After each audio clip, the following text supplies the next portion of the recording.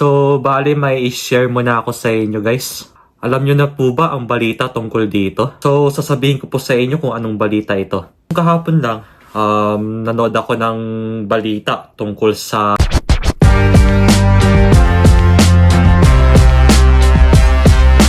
Good morning guys, time check muna tayo. 7:13 na ng umaga. So, nagtataka nga pala kayo kung bakit maaga ako nagising ngayon kahit Sabado naman po. Ngayon nga pala meron kaming pasok sa trabaho kahit na Sabado po ngayon. Dahilan na rin na sobrang busy talaga kami. So ito yung first time kong pumasok ng Sabado sa company namin na sa pinapasukan ko ngayon. Sa dating ang pinapasukan ko noon, meron po kaming Sabado na isang beses sa isang buwan. Minsan pa nga 2 beses. So ayun po, thankful na rin ako dahil meron tayong Sabado ngayon. Dahil plus 25% din po yan na sa sahod namin. So ito nga pala yung kakainin kong almusal, Shanghai. Tapos meron tayong spaghetti dito, bali pinapainit ko na lang ngayon. Tapos ito yung spaghetti sauce, bali pinagsama ko na yung pasta tsaka spaghetti sauce para painit na sa oven. At syempre meron tayong kape na kasama. Di mawawala ang kape pag umaga.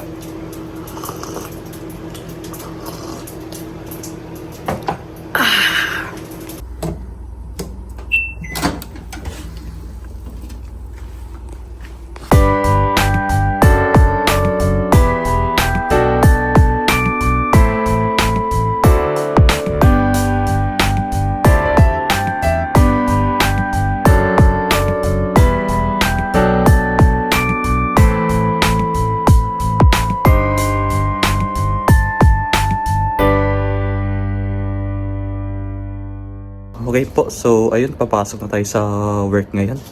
At weather check muna tayo, 7 degrees Celsius na po dito ngayon. At medyo maaga-aga nga pala tayong lumabas ngayon para maaga rin tayo makarating sa company natin.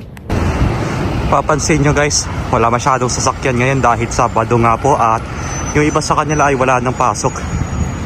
Bale, sa Shiburi tayo ngayon na may Sabado. After ilang years din. Talagang sobrang thankful ako dahil meron tayong Sabado ngayon at dagdag ito sa sahod natin. Time check muna tayo, 5:10 na ng hapon, so medyo maaga nga kami nakapag-out sa work. Tuwing Sabado nga pala guys, yung uwian namin mga ganitong oras, alas 5 ng hapon. At hindi na rin kami aabot ng 7 PM nun dahil nga Sabado po. So sa ngayon, pauwi na rin ako ng bahay para makakain na tayo ng hapunan. At ngayon lang ulit ako nakapag-out ng medyo maliwanag pa. Kadalasan recently kasi nakakapag-out na ako mga gabi na. Nakikita nyo po dito guys, kakalubog lang po ng araw dito. At ganito na po yung itsura dito. Medyo hindi po karamihan yung mga sasakyan dito sa ngayon dahil nga po ay Sabado. So ayun po. Okay po, nakauwi na rin ako ng bahay. So kakain na tayo ng dinner. Bali pinapainit ko pa yung pasta dito dahil may naiwan pa naman sa spaghetti na tira natin nung kagabi. Tapos ito yung natirang Shanghai and may pizza pang naiwan.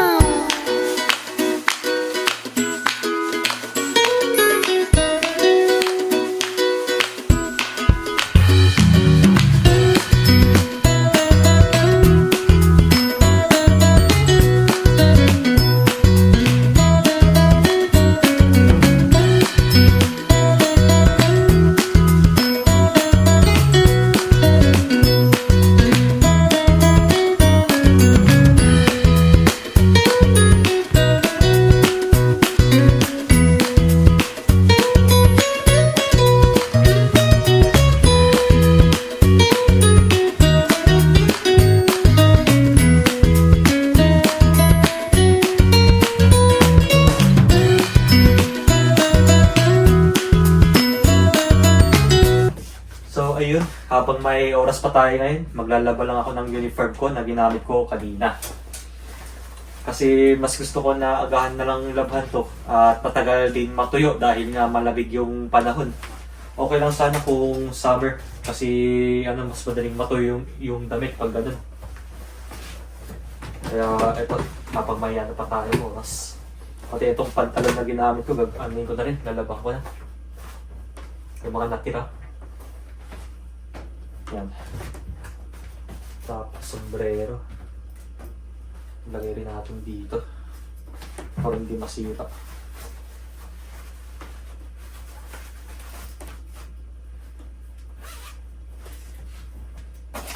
Saka natin lalagyan ng sabon. Ito po. Powder yung ginagamit ko pag sa labahin.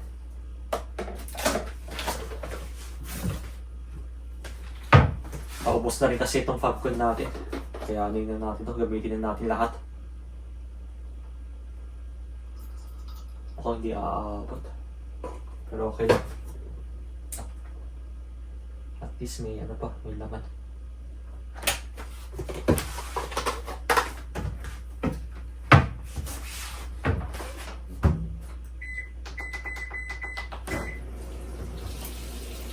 Time check muna tayo.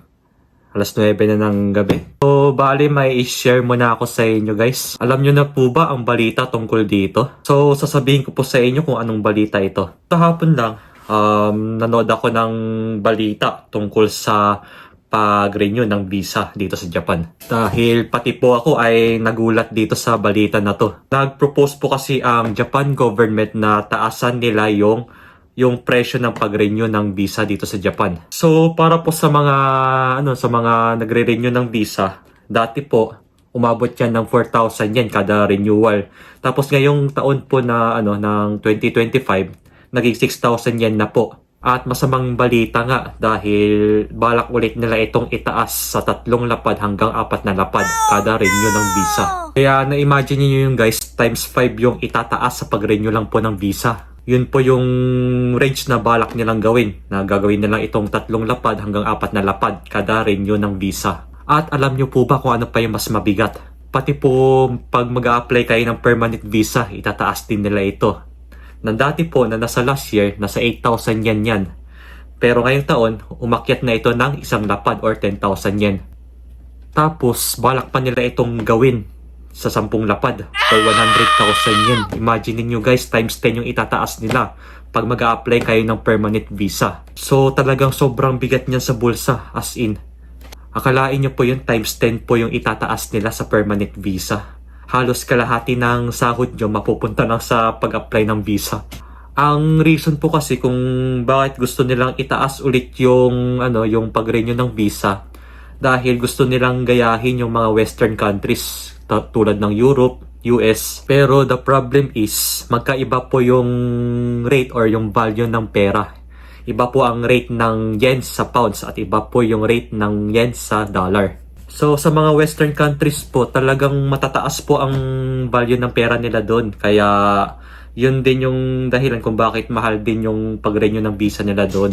Dito po kasi pag balak talaga nilang itaas yung pag-renew ng visa ng times 5 or times 10, ang problema po niyan yung sahod natin mapupunta lang po sa pag-renew ng visa ng halos kalahati po. What if kung itaas nila yung sahod natin dito tulad sa mga western countries tulad ng Europe na ganun din yung value.